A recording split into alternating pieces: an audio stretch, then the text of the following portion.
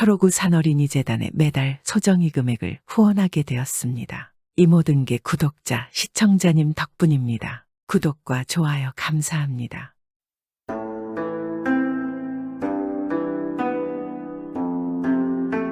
옛날 옛적의 시골 자그마한 마을에는 이 동네에서 제일 첫째 가는 부자가 살았는데 그 부자의 이름은 김서방이라고만 마을 사람들이 불렀습니다. 돈 많은 부자이건만 욕심 많고 인색하기로도 이름난 사람이었습니다. 김서방은 그스라에 아들 둘을 두었는데 큰아들의 이름은 돌쇠이고 작은 아들의 이름은 칠복이었습니다. 칠복이는 영악하고 교활하게 생겼으므로 그 아버지와 어머니는 칠복이를 퍽 예뻐했지만 돌쇠는 얼굴도 못나게 생기고 또 변변치 못해 그 아버지 어머니는 돌쇠를 퍽 미워하여 돌쇠라고 이름을 부르지 않고 못난이라고 늘 불렀습니다. 칠복이도 아버지 어머니가 하는 대로 형을 없으이 여기고 일상 못난이라고만 부르고 놀려댔습니다. 그러나 돌쇠는 남이 놀리거나 말거나 저 할 일만 열심히 하고 도무지 어떤 대꾸도 하지 않았습니다. 그리고 아버지나 어머니가 시키는 일이면 무슨 일이든지 꽤 안 부리고 잘했습니다. 그런데 아버지와 어머니가 돌쇠를 미워하고 대수롭지 않게 여기는 큰 까닭이 또 하나 있었습니다.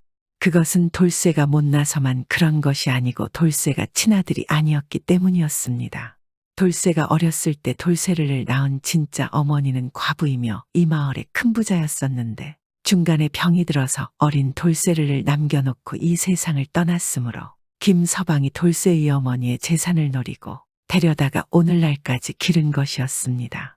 그래서 돌쇠의 많은 재산은 김서방이 가져간 것입니다. 김서방은 하지만 여태까지 길러온 것을 아무 까닭 없이 그대로 내쫓을 수는 없고 해서 온갖 힘든 일은 모조리 시켜서 괴로워하며 자기가 저 발로 나갈 때를 바랐지만 돌쇠는 그런 줄도 모르고 저를 낳아서 길러준 친어머니와 친아버지인 줄만 알고 아무리 힘든 일이라도 군말 없이 시키는 대로 잘했습니다. 돌쇠는 알지 못하지만 칠복이는 돌쇠가 친형이 아니고 아버지가 얻어다 기른 아이인 줄 알기 때문에 돌쇠를 몹시 미워하고 업신 여겼습니다. 그러던 어느 일 김서방과 그 마누라가 마주 앉아서 무서운 계략을 꾸몄습니다. 그래서 돌쇠를 사고사로 위장하려 한 것입니다. 우물에 두레박이 빠졌으니 건져오라고 해서 우물로 들어가거든 빠뜨립시다. 그러면 누가 우리더러 빠뜨려 죽였다고 그러겠소 하고 마누라가 말했습니다. 그러자 김서방은 고개를 끄덕끄덕 하였습니다. 그 이튿날 아침이었습니다. 김서방은 돌쇠를 불러서 우물에 두레박이 빠졌으니 이따 저녁에 들어가서 건져오라 하였습니다. 돌쇠는 낮에는 산으로 나무하러 갔다가 저녁에 돌아와서 아버지가 분부하신 대로 동아줄 하나와 두레박 건지는 갈고리 하나를 가지고 우물 앞으로 갔습니다. 동아줄 안 끝은 자기 허리에다 메고 또 한 곳을 우물 옆에 서는 큰 버드나무에다 단단히 잡아맨 뒤에 그 동아줄을 붙들고 우물 속으로 들어갔습니다. 그때 김서방은 아들 칠복이를 시켜서 잘 드는 칼로 버드나무에 메인 동아줄을 끊으라 했습니다. 칠복이는 날이 시퍼런 칼을 들고 뒤끝 우물 앞으로 뛰어갔습니다.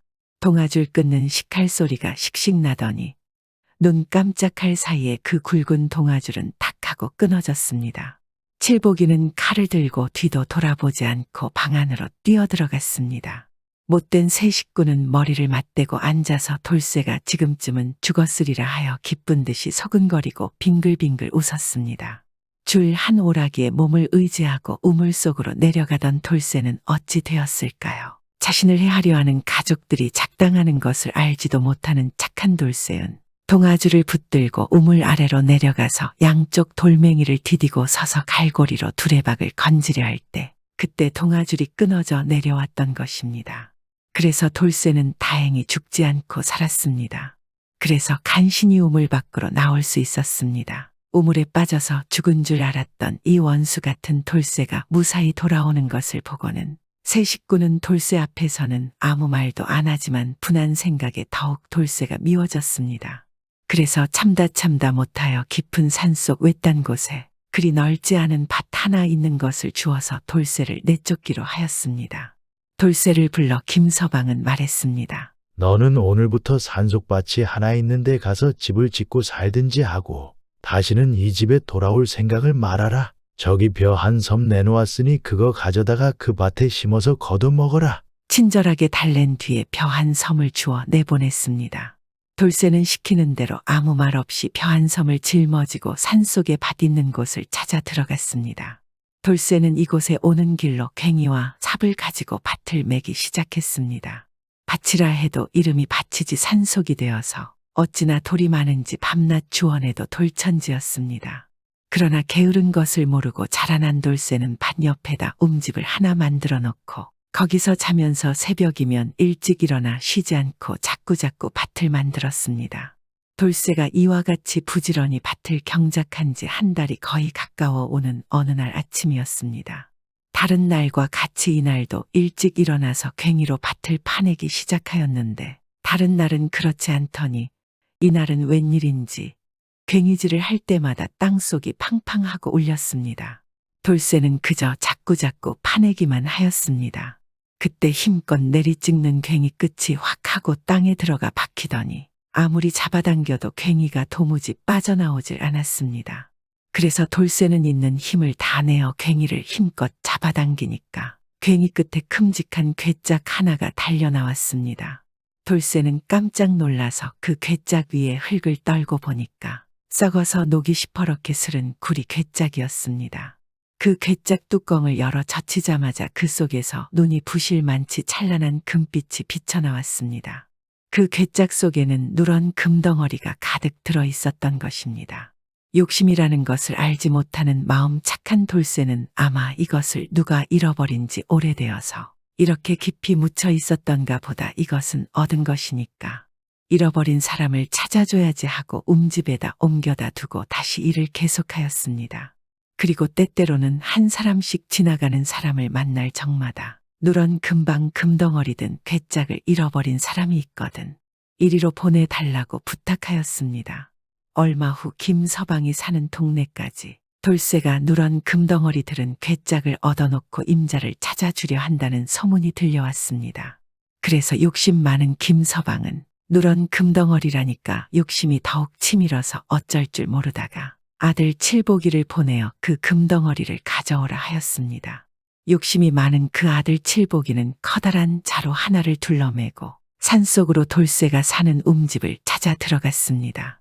돌쇠는 아버지가 그 누런 금덩이의 임자라는 말을 칠보기에게 듣고 아무 말 없이 금덩어리를 칠보기에게 모두 내어주었습니다. 칠보기는 어찌나 기쁘던지 입이 귀미까지 찢어져서 금덩어리를 자루에다 담아서 지고 집으로 돌아왔습니다. 김서방은 칠보기가 무사히 금덩어리를 한 부대나 가져왔다는 말을 듣고는 너무 기뻐서 한달음에 달려들어 금덩어리를 구경하려고 자루를 열었습니다. 그러나 자루를 열자마자 그 속에서 뽀얀 연기가 풀썩하고 나더니 연기 속에서 머리에 뿔이 돋치고 얼굴이 무섭게 생긴 도깨비 하나가 방망이를 들고 뛰어나오더니 이놈아, 이 도적 놈아이 금이 네 것이야. 욕심 많은 놈아. 하고 소리를 지르면서 김서방 앞으로 달려들어 머리, 팔, 다리, 엉덩이 할 것 없이 사정없이 후려갈겼습니다. 어찌나 많이 맞았던지 김서방은 다 죽어가는 목소리로 에구 아유 잘못했습니다요. 용서해 주십시오. 다시는 안 그러겠습니다. 하고 애걸복걸하였습니다.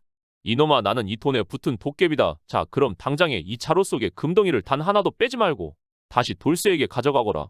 만일 그렇게 안 하면 이걸로 아주 그냥 흠씬 두들겨 맞을 테다. 그리 말하고 도깨비는 다시 뽀얀 연기가 되어 자루 속으로 들어가 버렸습니다. 김서방은 쓰러진 채 일어나지도 못하고 칠보기를 시켜서 도로 돌쇠에게 그 금덩어리 든 자루를 가져다 주라 하였습니다. 돌쇠는 칠보기가 가져갔던 누런 금덩이를 도로 가져오는 것을 보고 이상한 생각이 나서 물어보려 하니까 칠보기는 꽁지가 떨어지게 달아나서 묻지도 못하고 그대로 받아두었습니다. 며칠 후에 김서방은 도깨비에게 매맞은 것이 분해서 견디지 못하고 분풀이를 하려고 돌쇠를 찾아왔습니다. 돌쇠는 뜻밖의 아버지가 찾아온 것을 보고 무척 반가워하였습니다. 김서방은 가뜩이나 화가 나는 김에 더 열불이 나서 돌쇠의 뺨을 쳐갈기면서 이놈아 금덩이란 말을 듣고 가져갔다가 내가 이렇게 몹시 맞아서 다 죽게 생겼다. 이게 다 네 탓이야. 내 그래서 분풀이를 하러 왔으니 너도 한번 맞아봐라. 하더니 마른 나뭇가지를 꺾어들고 인정사정 없이 돌쇠를 함부로 때려댔습니다. 맞던 돌쇠가 정신을 잃고 넘어졌습니다. 돌쇠가 쓰러진 것을 보고서야 김서방은 직성이 풀렸던지 집으로 돌아가려는 찰나에 그래도 그 금이 욕심이 나서 한 덩이쯤은 어떠하려 하는 생각으로 조그마한 덩어리 하나를 괴짝에서 꺼내어 집어들고는 돌아갔습니다. 얼마 후에 돌쇠는 정신을 차려 일어나서 모든 것이 다 저 금덩이 때문이야. 저것만 치워버리면 상관없겠지 하고 금덩이든 괴짝을 등에 지고 깊은 냇가에 이르러 냇물에 뛰어버렸습니다. 그리고 그 후로 돌쇠는 아무 걱정 없이 일하는 즐거움으로 재미있게 지내며 살아갔습니다. 한편 김서방은 작은 금덩이 하나 가지고 간 뒤로 밤이면 이 돈도깨비가 나와서 온 집안 사람들을 못살게 굴다가 나중에는 그 돈도깨비가 그 집에다 불을 질러버렸습니다.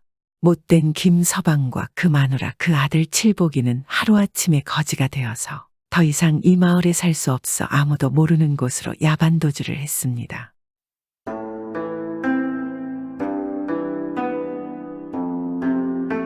옛날 옛적 어느 마을에 석삼이라는 선비가 살고 있었습니다. 그는 아주 강직하고 고결하기로 유명한 사람이었습니다. 석삼이는 일찍이 강원도 강릉에서 장가를 들었으며 그 부인 꽃분이도 유명한 정승의 외동딸로서 정승인 아버지의 고결한 피를 받고 외모도 아름다웠습니다. 그렇듯 훌륭한 인재들이 서로 혼인을 하게 되니 외모와 덕행이며 재주가 막상막하한 것은 물론이고 금술이 또한 남다르게 좋으니 보는 사람마다 그들 부부는 천생의 배필이라고 부러워하지 않는 사람이 없었습니다.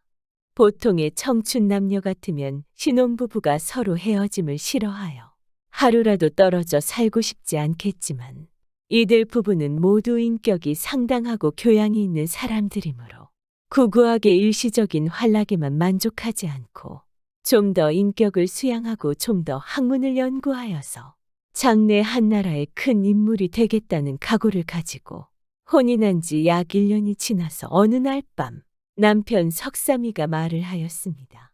부인, 우리 부부가 서로 떨어져 있기는 너무 어려운 일이지만 그렇다고 항상 한 집에만 그대로 같이 있게 된다면 공부에 큰 방해가 되고 따라서 장래 발전에도 영향이 많지 않겠소?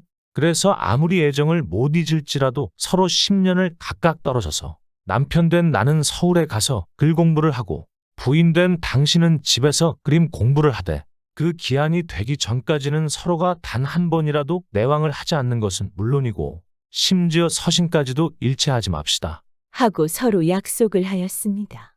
그리하여 이튿날 아침에 석삼이는 약속을 실행하려고 짐을 꾸린 후 사랑하는 아내 꽃분이와 이별하고 서울로 향하여 길을 떠났습니다. 석삼이가 처음에는 의지가 강하고 공명심이 많아서 가정의 재미와 아내의 애정도 모두 돌보지 않고 아내와 그렇게 굳은 약속을 하고 길을 떠났지만 얼마 안이 가서 평소의 아내와 서로 사랑하던 생각을 하고 또 앞으로 장차 10년이 되도록 피차 얼굴 한 번도 못 보며 편지 한 장도 못할 생각을 하니 앞길이 캄캄해지고 가던 발길이 저절로 돌아서져 산중턱까지 갔다가 다시 집으로 돌아왔습니다. 그렇게 하기를 이틀 동안을 계속하다가 사흘째에는 남보기에 너무도 부끄러워 집 근처 대나무밭 속에 와서 있다가 밤중에 아무도 모르게 담을 넘어서 아내의 방으로 들어가려고 하였습니다. 아내 꽃분이도 처음에는 남편 석삼이의 그러한 것을 보고 속으로 남자의 의지가 너무 박약한 것을 비웃으면서도 한편으로는 자신을 그렇게 사랑하는 마음에 또 마음이 흔들려 아무 말도 하지 않고 석삼이가 하는 행동들을 그저 보기만 하였습니다. 하지만 석삼이가 며칠을 계속하여 그렇게 하고 더구나 밤중에 담을 넘어서 들어오기까지 하는 것은 집안 사람 보기에 창피도 하려니와 처음 약속과 너무 위반이 되지 않겠습니까? 고정한 부인 꽃분이로서는 도저히 그냥 둘 수가 없었습니다. 그리하여 남편 석삼이가 방문 밖에 와서 여러 번 문을 열어달라고 간청하여도 절대로 열어주지 않고 최후에는 가위로 자기 머리털을 선뜻 잘라서 문 밖으로 내어주며 말했습니다. 사람이란 비단 부부간이라 해도 한 번 약속을 한 이상에는 신의를 지켜야 하는 것인데 그까짓 구구한 애정을 이기지 못해서 신의를 지키지 못한다면 서로가 어찌 믿을 수가 있겠습니까? 당신이 나를 사랑하시는 것은 나의 인격보다도 나의 외모를 더 사랑하시기에 그리하시는 것이니 나의 외모의 한 부분 되는 머리털을 아주 잘라서 드리는 것입니다. 이것을 가지고 가셔서 10년 동안을 최초의 약속과 같이 잘 지키셔서 성공을 하시고 다시는 그 안에 절대 이 집에 오시지 마십시오. 이후에도 만일 또 약속을 지키시지 않으신다면 그때는 당신을 평생 안 보겠습니다. 제 말을 꼭 명심해 주세요. 이 말을 들은 석삼이는 깜짝 놀라 후회하며 아내에게 사과를 하고 그날 밤 다시 담을 넘어서 서울로 간 후에는 처음 약속과 같이 10년 동안이나 한 번도 되돌아 다시 가지 않고 글 공부를 열심히 하였습니다. 아내 꽃분이 역시 집에서 그림 공부에 소홀히 하지 않았으며 석삼이가 그렇게 공부를 하는 동안의 빠른 세월은 어느덧 벌써 10년이 되어 서로 약속한 기한이 다가왔습니다. 웬만한 남자 같으면 피가 끓고 기운이 용솟음 칠 듯한 청춘 시절에 객지에서 10년 동안이나 호래비 생활을 한다면 유혹만은 참지 못하고 서울 안에 반드시 화류장 같은 곳에 몇 번 발을 들여놓거나 그렇지 않으면 하다못하여 남의 집 행랑방 출입이라도 덜어하였겠지만 석삼이는 원래 강직하고 고결한 데다가 더구나 아내가 자기를 위하여 생명같이 사랑하는 머리털까지 자르던 일에 깊은 감동을 받아서 10년 동안을 한날 한시와 같이 절조를 지키고 열심히 공부만 하였습니다. 그러다가 기한이 차게 되니 석삼이의 기쁨은 마치 10년간의 귀양살이를 하다가 석방되어 자기 집으로 돌아가는 것과 같았습니다. 그리하여 서울에서 단 몇 날도 지체하지 않고 10년이 되던 바로 이튿날에 서울을 떠나서 강릉으로 가게 되었습니다. 지금 같으면 길도 좋고 자동차나 기차 같은 것이 있어서 당일 만에 강릉을 가겠지만 그때만 하여도 서울에서 강릉을 걸어가자면 거리가 꽤 멀어서 날짜도 여러 날 걸리거니와 하늘이 잘 보이지 않도록 살림이 우거진 산의 맹수들이 곳곳에 나타나서 여간한 사람으로는 혼자서 길을 갈 엄두도 못 내고 동행을 몇 사람씩 얻어야만 가게 되었습니다. 그러나 석삼이는 원래가 대담한 남자인데다가 10년이나 서로 떨어져 있던 사랑하는 아내를 만나보려는 정열이 활활 타오르니 맹수도 우습게 생각되어 같이 가는 동행도 없고 또 신변에는 몸을 보호하는 칼이나 창 같은 것도 없이 그냥 집신을 신고 보찜 하나를 짊어지고는 험한 산길들을 헤쳐나가기 시작하였습니다. 석삼이는 그렇게 며칠이나 걸었던지 이럭저럭 강릉 땅의 대화지역까지 갔습니다. 이 대화라는 곳은 비록 산속 깊은 곳이지만 옛부터 큰 주막거리로 유명하여 인가가 즐비하고 비교적 물색이 좋았습니다. 석삼이가 급히 아내를 만나보고 싶은 생각으로 말하면 단 1시간이라도 더 가고 싶었지만 그곳에 당도하고 보니 벌써 해가 다 저물었을 뿐 아니라 여러 날 걸은지라 몸도 피곤하여 그곳에서 어쩔 수 없이 하룻밤을 쉬어가야만 하였습니다. 주막거리로 들어가서 아무 집이나 깨끗한 집이 있으면 하룻밤을 자려고 한 집 건너고 두 집을 건너서 두루두루 집을 찾는 중에 한 집 문 앞을 지나려니까 어여쁜 한 여인이 나오며 말하였습니다. 손님, 어디로 가시는 손님이신지? 날씨도 저물었으니 우리 집에서 하룻밤 쉬어 가십시오. 집은 비록 작으나 과히 누추하지도 않고 또 식구도 단출하여 조용합니다. 석삼이는 여인을 한번 힐끗 쳐다보니 나이는 약 20살가량 되어 보이는데 비록 산촌 주막에 있는 여인이나 얼굴도 제법 어여쁘게 생긴 데다가 수수해 보이며 말씨도 또한 정다웠습니다. 석삼이는 이 주인집 여인만 보아도 집이 과히 흉하지 않는 주막으로 짐작을 하고 혼자 생각하기를 같은 값이면 다홍치마라고 이왕이면 주인집 여인이 좋은 집에서 하룻밤 자는 것이 좋겠다고 생각을 하고는 이 여인을 따라서 집으로 들어갔습니다. 여인은 석삼이를 언제부터 친하였다는 듯이 특별히 친절하게 대접하여 방도 보통의 보행객을 채우는 길가방을 주지 않고 안쪽 방으로 정해주고 이부자리도 새 것으로 갈아주며 음식도 특별히 정성껏 잘 차려주었습니다. 그렇게 석삼이는 저녁밥을 잘 먹고 피곤한 다리를 쉬며 잠을 청했습니다. 시간으로 치면 자정이 훨씬 지나 새벽 1시쯤이나 될까 말까 할 때 목이 말라서 머리맡에 있는 물을 먹고 다시 누워 있으려니까 별안간 방문이 바시시 열리며 이 주인집 여인이 주안상을 차려가지고 석삼이 방으로 들어오며 말하였습니다. 손님 주무십니까? 고나게 주무시는데 여자가 이렇게 방에까지 들어오는 것은 미안하고 황송합니다만 집에 마침 변변치 않은 술과 안주가 있기에 잡수시고 피로를 푸시라고 가져왔습니다. 석삼이도 이 초저녁에 몸이 피곤해서 정신을 모르고 잤지만은 한참 자고 나니 잠이 잘 오지 않아 갑갑하던 차에 그렇게 여인이, 그 중에도 또 밉지 않은 어여쁜 여인이 친절하게 손수 술상까지 가지고 와서 술을 먹으라고 하니까 여간 고맙지 않을 수 있겠습니까? 평소에는 잘 못 먹는 술이지만 오늘따라 이상하게 술이 잘 들어가는 게 아니겠습니까? 석삼이는 여러 잔을 받아먹고 주인 여인에게도 술 몇 잔을 권하기 시작하였습니다. 얼마 후 남녀 주객이 모두 허물없이 말하기 좋을 정도로 얼큰이 취했습니다.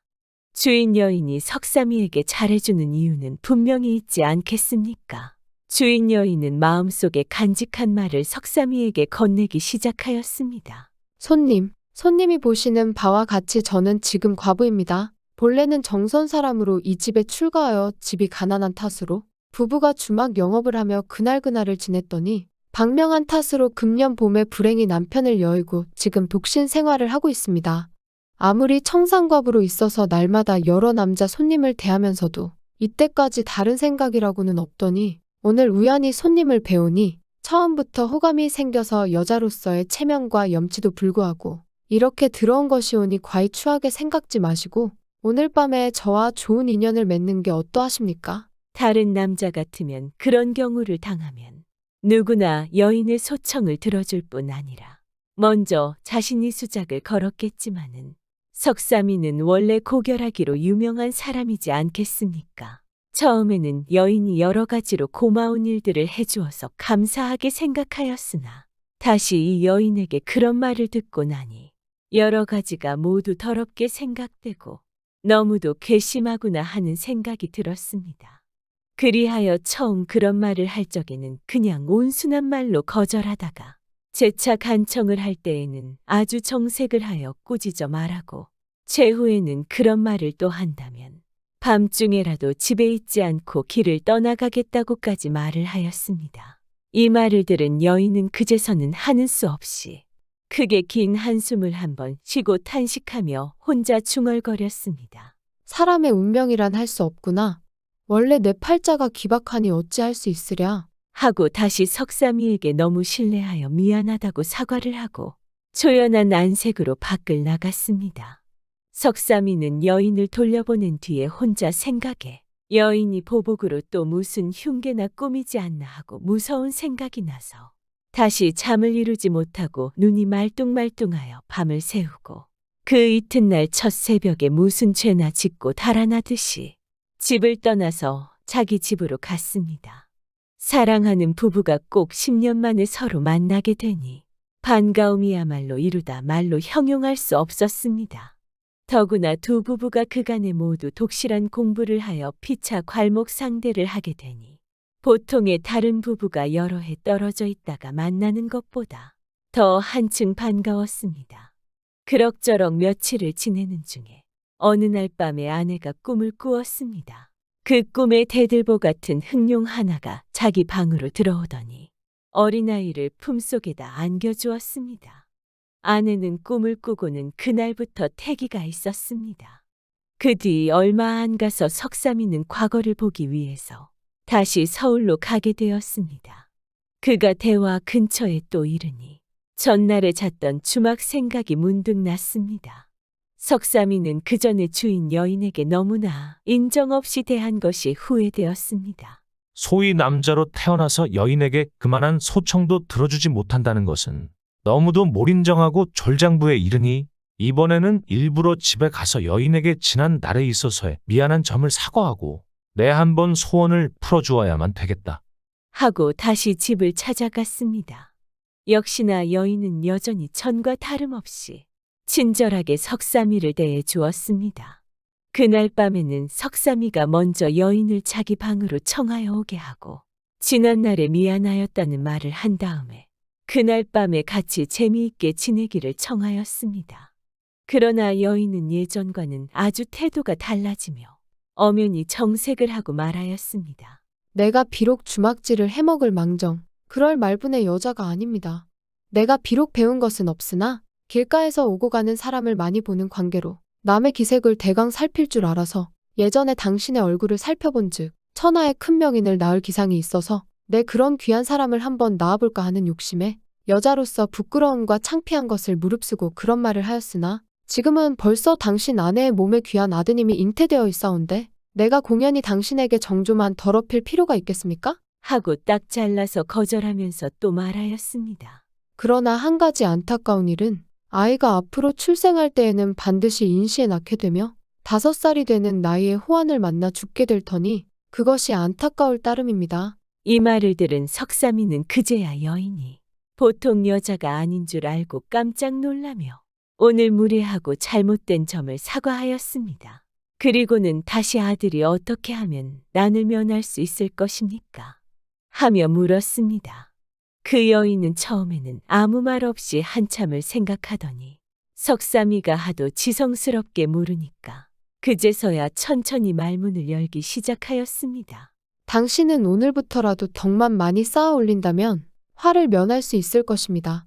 그런데 덕을 쌓는 데에는 무엇보다도 남의 생명을 1000명가량 살려야 하겠는데 사람의 생명은 그렇게 쉬운 일이 아니지 않겠습니까? 그래서 사람을 대신으로 즉 남의 집 신주가 되어 대대로 자손 계승을 시키는 밤나무를 천그루만 심으면 화를 면할 수 있는데 그것도 특별히 주의하여 아이가 5살 되는 모월 모일에는 아이를 절대로 밖에 내보내지 말고 방 속에다 깊이 숨기고 또 어느 늙은 중이 와서 아이를 보자 하거든 절대로 만나게 하지 말고 나도 많은 덕을 쌓은 사람이니 내 아들은 함부로 잡아가지 못한다고 하고는 밤나무들을 보이면 무사하게 되실 것입니다. 하고 말을 하니 석삼이는 여인의 말에 다시금 크게 놀라고 감탄하여 서울 가던 일도 중지를 하고 다시 집으로 돌아가서 아내에게 전후 사연을 말하였습니다. 그때부터 집 근처에다가 밤나무를 심기 시작하였고 불과 1년에 약 1000그루가 되었습니다. 그리고 그해 12월 어느 날 인시에 과연 아들을 낳았습니다. 석삼이가 보아하니 아들을 낳은 때가 일전의 여인의 말과 같이 인시인 것에 더욱 놀라고 신기하게 생각하여 특별히 밤나무를 키우는데 주의를 하였습니다. 그리고 세월이 흘러 아들이 5살이 되던 해 모월 모일이 되었습니다.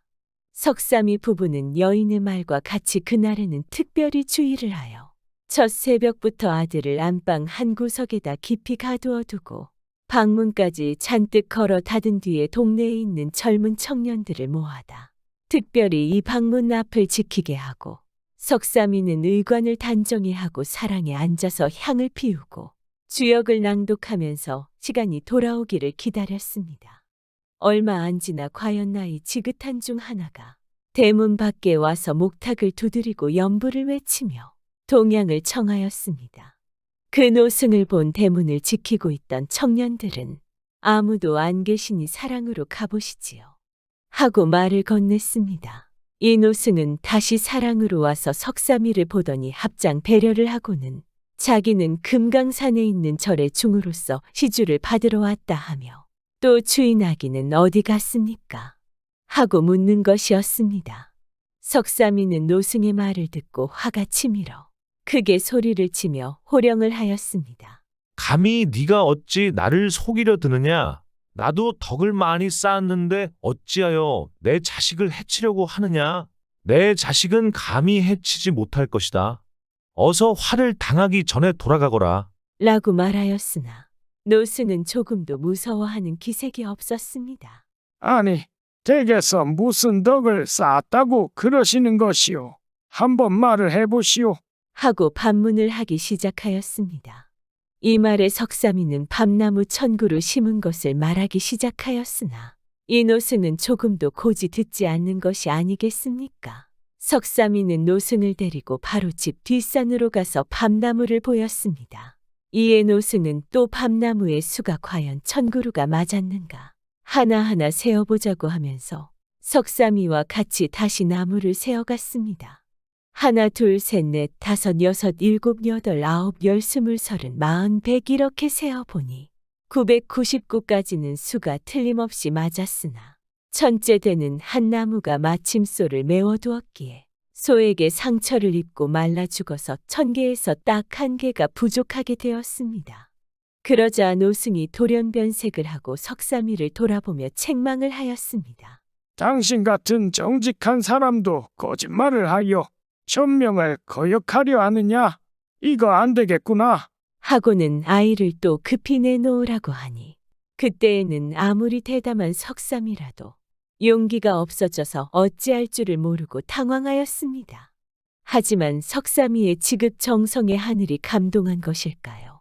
그때 이상하게도 별안간에 어떤 나무 하나가 말을 하는데 나도 밤나무 하며 나서서 1000그루를 채우니 노승도 그제서는 어찌할 수 없었던지 크게 소리를 한번 지르더니 그대로 집채만한 호랑이로 변해서 산속으로 도망을 가고 말았습니다.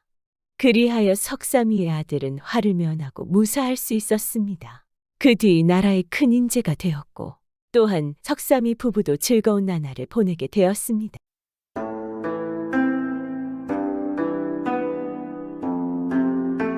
이번 이야기는 슬기로운 판결을 내리는 원님의 환생 이야기입니다. 오늘도 즐겁게 들어주시면 감사하겠습니다. 옛날에 한 명의 사또가 있었습니다. 전국에서 송사를 아주 잘한다고 소문이 파다했습니다. 한 명의 억울한 사람 없이 송사를 하는 것입니다. 그런데 이 사또에게 말 못할 고민이 하나 있는데 그것이 무엇이냐면 하니 어렸을 때부터 매년 생일날이 되면 어느 마을의 집으로 들어가는 꿈을 꾸었습니다. 꿈속의 집에는 늙은 부부가 살았는데 그 부부는 목욕하고 새 옷으로 갈아입은 다음 풍성한 제사상을 차렸습니다. 그러면 자신은 상 앞에 앉아서 음식을 배불리 먹어치웠고 늙은 부부는 밤이 새도록 슬프게 울었습니다. 비록 꿈이었지만 느낌이 너무나 생생하고 또 생일 때마다 꾸는 것이라 사또는 꿈의 내용을 모두 기억하고 있지 않았겠습니까? 꿈을 꾸고 나면 사또는 이상한 생각이 들었습니다. 도대체 늙은 부부는 누구이기에 나를 제사상에 불러서 음식을 대접하고는 저렇게 구슬프게 우는 것일까? 참으로 모를 일이로다.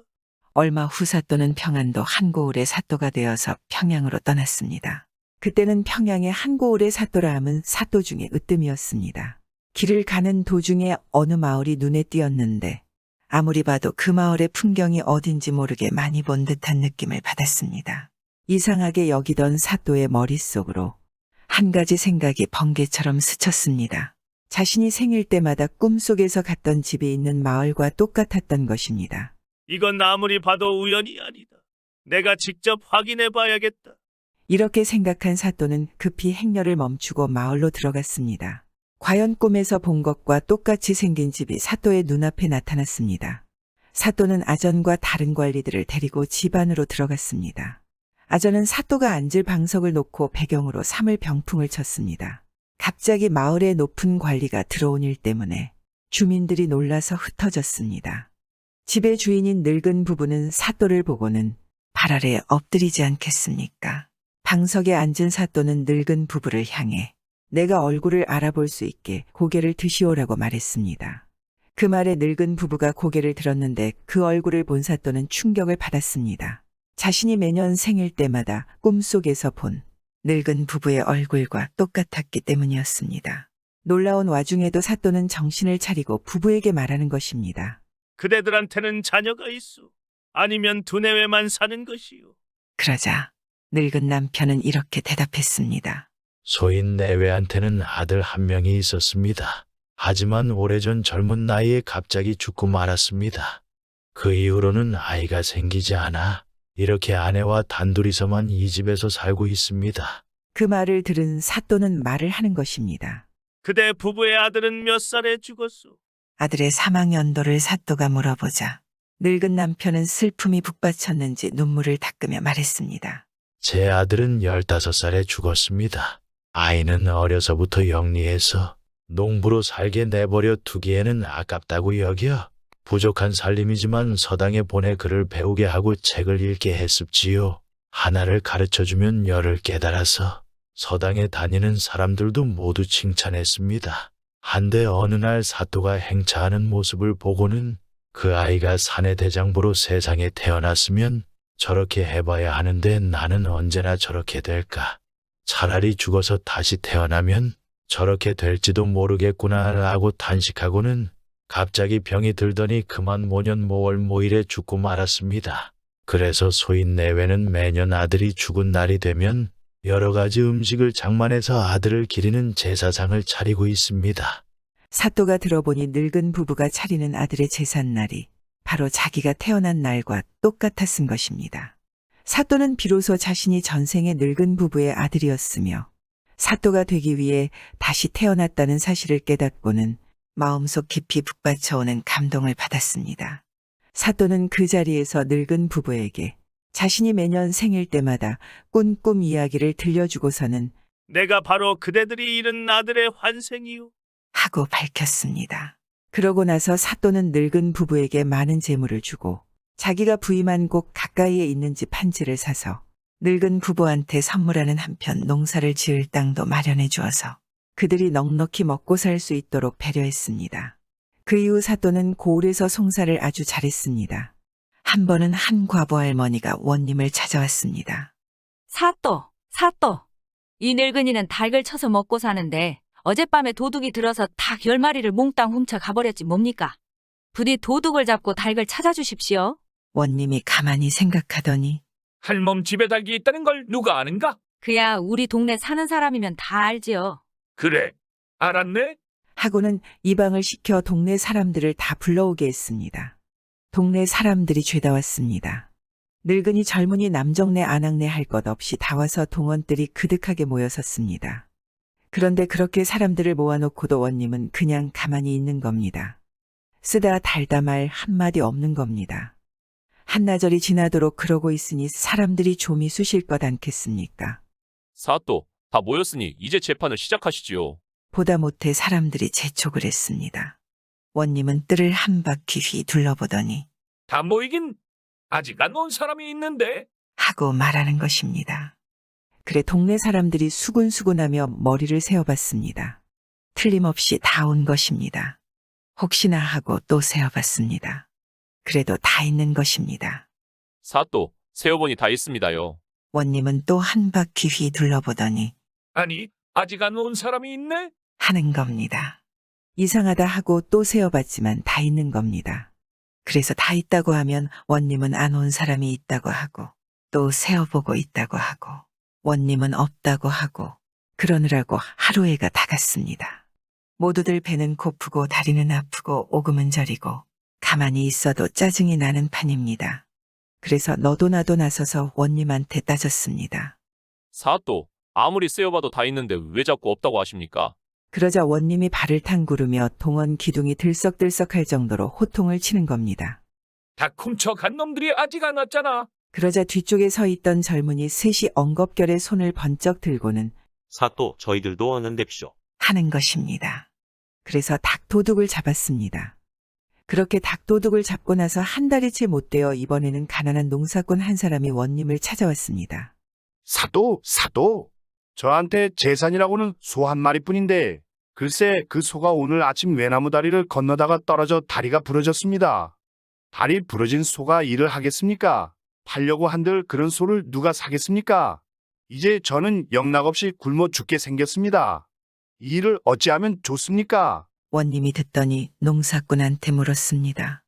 그래, 그 소가 황소인지 암소인지 나이는 몇이면 몸집은 얼마나 큰지 소상히 알게. 예, 황소이고 나이는 7살이며 몸집은 또래 중 큰 축이 듭니다. 이번에는 이방을 불러서 물어 여보게 이방, 이 고래소 잡는 백정 중에 먹고 살만한 이가 있는가? 예, 있습니다. 그 사람을 불러오게. 이방이 냉큼 사령을 시켜 백정을 불러왔습니다. 백정이 오니 원님이 정색을 하고 물었습니다. 자네가 만약에 소를 판다면 황소 7살의 몸집은 또래 중 큰 축에 드는 것을 얼마나 받겠는가? 소를 팔 때야 한 푼이라도 더 많이 받고 싶은 게 정한 이치지 않겠습니까? 예, 그런 소라면 300냥은 너끈합지요. 자네가 만약에 소를 산다면 다리 부러진 소라도 괜찮겠나? 백정이 소를 사면 잡아서 고기로 팔 테니 다리가 성하든 부러졌든 무슨 상관이겠습니까? 예, 그런 소도 괜찮습니다. 옳거니 잘 됐네. 저 사람 소가 오늘 아침에 외나무 다리를 건너다가 떨어져 다리가 부러졌다네. 자네가 300냥에 사가는 게 어떤가? 자기 입으로 금을 놨는데 어쩔 수 있나. 백정은 소를 사갔습니다. 농사꾼은 그 돈 300냥으로 새 소를 사서 농사 잘 짓었습니다. 그러고 나서 한참 있다가 또 송사가 들어왔습니다. 이번엔 무슨 송사인 꼬 한이 죽은 거위 임자 찾는 송사인 것입니다. 고을 안에 거위 키우는 집이 2집 있는데 2집 다 어저께 거위 1마리씩을 잃었습니다. 그런데 누가 밖에서 죽은 거위 1마리를 주워왔습니다. 서로 제 거위라고 우기니 이게 송사가 되는 겁니다. 사또, 이 거위가 누구네 거위인지 밝혀주십시오. 원님이 거위를 가만히 들여다보더니 거위 잃어버린 게 언제인가? 둘 다 어저께라고 그러는 겁니다. 그래, 어저께는 거위한테 뭘 먹였는가? 한 집에서는 보리를 먹였다고 하고 한 집에서는 수수를 먹였다고 한단 말입니다.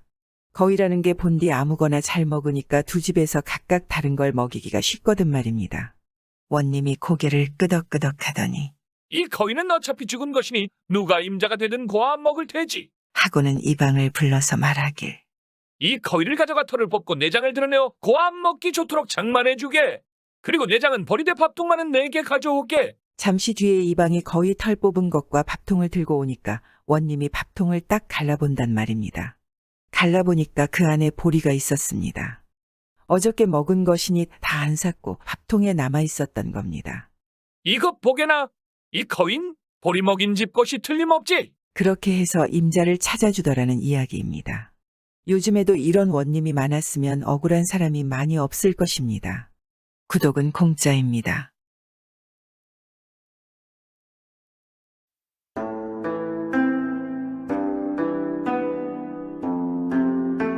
이번 이야기는 나라를 구한 내장사의 이야기입니다. 오늘도 재미있게 들어주세요. 옛날 옛적에 어느 마을에 자식 없이 살던 내외가 늙음하게 불공을 들여 아들 하나를 낳았는데 이놈이 첫 돌이 지나도록 일어나 앉지를 못하는 것입니다. 다른 아이들은 첫 돌이 지나면 걸음마도 하고 말도 몇 마디 배우고 이러는데 이놈은 어찌된 영문인지 할 줄 안다는 게 베네집뿐인 것입니다.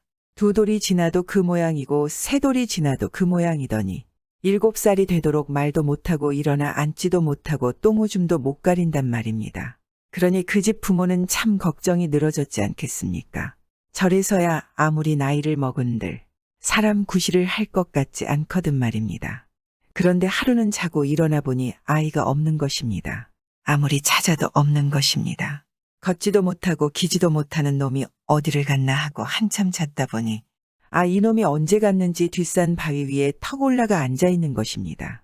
거기 앉아서 놀다가 어머니 아버지가 찾으러 오는 걸 보고는 놀랍게도 말을 하는 것입니다. 어머니 아버지, 저 여기 있어요.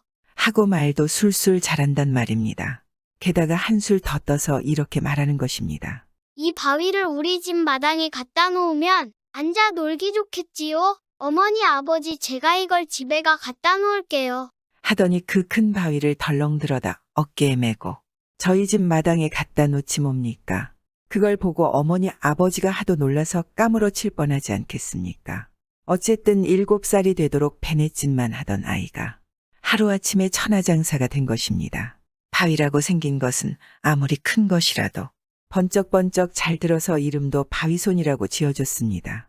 바위손이는 자랄수록 힘이 세어져서 나이 여남은 살이 되니까 그 고을은 말할 것도 없고 온 나라에서도 당할 장사가 없게 되었습니다. 그러다가 바위손이 나이 87살쯤 되어서 나라에 큰 난리가 났습니다.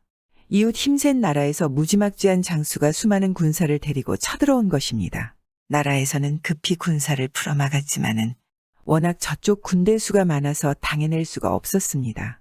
그래서 참 나라 처지가 바람 앞에 등잔격이 되었는데 바위손이가 이 소문을 듣고 제가 막아보겠다고 나섰습니다. 어머니 아버지, 나라에 큰일이 났습니다. 제가 가서 나라에 도움이 되려 합니다. 부디 전장에 갈 수 있게 보내주세요. 만류하던 어머니 아버지에게 하직 인사를 하고 괴나리 보찜 둘러매고 집을 나섰습니다. 한참 가다 보니 저 멀리 수양버들이 한 그루 섰는데 그놈의 수양버들 가지가 하늘로 쑥 올라갔다가 밑으로 뚝 떨어졌다가 이러거든 말입니다. 왜 저러나 하고 가까이 가보니 그 수양버들 아래에 웬 장승 같은 놈이 누워서 낮잠을 자고 있는 것입니다. 그런데 콧바람이 얼마나 센지 숨을 한 번 내쉬면 나뭇가지가 밀려서 하늘로 솟아오르고 숨을 한 번 들이쉬면 나뭇가지가 쑥 빨려서 땅으로 뚝 떨어지고 이런단 말입니다. 바위손이가 그놈을 두드려 깨웠습니다. 뭐하는 놈이 여기서 낮잠을 자느라고 죄 없는 나무를 괴롭히느냐? 그러자 장승 같은 사내가 버럭 화를 내며 말하는 것입니다. 너는 뭐하는 놈인데 곤히 자는 사람을 깨우느냐? 감히 내가 누군 줄 알고 함부로 덤비는 것이냐? 그냥 가던 길을 가라. 큰 코 다치기 전에. 그렇게는 못하겠다. 너 때문에 애꿎은 나무만 고생하잖아. 이렇게 옥신각신하다가 둘이서 팔씨름으로 결판을 내자 하고 팔씨름을 했습니다. 팔힘이야 바위손이를 당할 장사가 있겠습니까? 바위손이가 이겼습니다. 내 이름이 뭐냐고 물으니 날 때부터 콧바람에 새어서 콧바람손이라 부른다고 그러거든 말입니다. 그래서 의형제를 맺자 하고 바위손이가 형이 되고 콧바람손이는 아우가 됐습니다. 그래서 둘이서 싸움터로 갔지 않겠습니까? 한참 가다 보니 저 멀리서 산 하나가 보였다가 안 보였다가 하거든 말입니다. 산이 통째로 생겼다가 없어졌다가 한단 말입니다. 가까이 가보니 웬 험상궂게 생긴 놈이 커다란 고무래를 산허리에 갖다 대고 밀었다가 당겼다가 하는데 그때마다 산이 쭉 밀려갔다가 쭉 끌려왔다가 이러는 것입니다. 바위손이 사내에게 다가가서 말하는 것입니다. 너는 뭐하는 놈이 애꿎은 산을 가지고 장난을 하느냐? 그렇게 하면 산에 있는 살아있는 것이 힘들지 않겠냐? 너희들이야말로 갈 길이나 갈 것이지. 남 노는데 와서 쓸데없이 참견을 하느냐? 또 이렇게 아웅다웅 하다가 셋이서 팔씨름을 했습니다. 팔씨름을 해보니 바위손이가 제일 세고 그 다음이 콧바람손인 것입니다. 내 이름은 뭐라고 하느냐고 물으니 날 때부터 고무래질을 잘해서 곰배손이라 부른다고 하거든 말입니다. 그래서 의형제를 맺었는데 곰배손이가 셋째가 됐습니다. 셋이서 싸움터로 가는데 한참 가다 보니 길가에 갑자기 개울이 하나 생기더니 물이 콸콸 흐르거든 말입니다. 비도 안 오는데 무슨 일인가 싶어서 개울을 따라가 보니 웬 놈이 허벌판에 서서 오줌을 누고 있는 것입니다. 그런데 오줌 줄기가 얼마나 센지 맨 땅에 개울이 움푹 파여서 그리로 오줌이 콸콸 흐른단 말입니다. 이걸 본 바위손이 그 사내에게 호통을 치는 것입니다. 웬 놈이 점잖지 못하게 아무 데서나 오줌을 싸느냐? 너 때문에 오줌이 튀길번 하지 않았느냐? 너희들은 웬 놈들인데 남의 일에 참견이냐? 내가 어디서 오줌을 어디에 갈기던 무슨 상관이냐? 이렇게 실랑이를 벌이다가 또 팔씨름을 하기로 했습니다. 팔씨름을 해보니 바위손이가 제일 세고 그 다음이 콧바람손이고 그 다음이 곰배손인 것입니다. 내 이름은 뭐냐 하고 물으니 날 때부터 오줌줄기가 새어서 오줌손이라 부른다고 그러거든 말입니다. 그래서 또 의형제를 맺었습니다. 오줌손이가 제일 끄트머리 아우가 된 것입니다. 이렇게 해서 네 사람이 싸움터에 갔습니다. 가보니 사방이 산으로 둘러싸인 곳에 이웃나라 군사들이 진을 치고 있는데 수가 얼마나 많은지 개미떼 같은 것입니다. 또 한쪽 진지에는 이놈들이 잡아온 수많은 안악들이 묶여 있는 것입니다. 남정네들은 없고 모두 여자인 것입니다. 자신들의 몸종으로 쓰려고 잡아가는 것입니다. 그래서 넷이서 산 위에 올라갔습니다. 먼저 바위손이가 여기저기 다니면서 바위를 번쩍번쩍 들어다가 골짜기를 죄다 막아놨습니다. 쥐도 새도 못 빠져나가게 촘촘하게 말입니다. 그래놓고 오줌손이에게 말하는 것입니다. 이제 아우가 나설 차례일세. 아우의 실력 좀 보여주게나. 하니까 오줌손이가 턱 걸어 나오면서 하는 말이 그동안 오줌이 마려운 걸 오래 참았더니 잘됐군. 시원하게 쏴주마. 하면서 오줌을 인정사정 없이 내놓는 것입니다. 그러니 어떻게 되겠습니까? 오줌이 냇물이 되어 마구 콸콸 내려가서 군사들이 진을 치고 있는 곳을 덮쳤지 않겠습니까? 바위손이가 미리 골짜기를 죄다 막아 놓았으니 오줌물이 빠져나갈 틈이 있겠습니까? 순식간에 그냥 물바다가 돼버렸습니다. 그러니 군사들이 모두 오줌물에 빠져서 허우적거리는 것입니다. 바위손이 이 광경을 보고 콧바람손에게 말했습니다. 자, 이제는 콧바람손이가 나설 차례다. 너의 콧바람을 놈들에게 보여줘라. 하니까 콧바람손이가 콧바람을 신나게 불어젖혔습니다. 그러니까 찬바람이 쌩쌩 불더니 눈 깜짝할 사이에 오줌이 꽁꽁 얼어붙어 버리는 것입니다. 물에 빠진 군사들이 물이 얼어붙는 바람에 모두 얼음 위로 목만 내놓고 눈만 말똥말똥 뜨고 있는 꼴이 됐습니다. 그러자 바위손이 곰배손을 보고 호령하는 것입니다. 나머지 일은 곰배손이가 맡아줘야겠군. 마무리를 해주게나. 하니까 곰배손이가 곰배를 들고 내려가서 얼음판을 여기저기 밀고 다니면서 항복할 테냐, 이 곰배 맛을 볼 테냐. 당장 너희 나라로 가지 않으면 여기서 모두 죽음을 당할 게다. 했습니다. 그러니까 모두들 목숨만 살려달라고 빌어야지 뭐 별수가 있겠습니까? 이렇게 해서 내장사는 보기 좋게 이웃나라 군대를 물리치고 놈들이 몸종으로 잡아온 여자들을 풀어주었습니다. 여자들 중에는 왕의 4명의 딸들도 있었는데 이내장사는 각자 이공주 들고 결혼해서 행복하게 살았습니다. 그래서 이내장사가 있는 동안에는 이웃나라에서 쳐들어오지 않았습니다. 조금 황당한 이야기이지만 요즘에도 우리나라에 이런 내장사가 있다면 이웃나라들이 우습게 보지 않지 않을까요? 구독은 공짜입니다.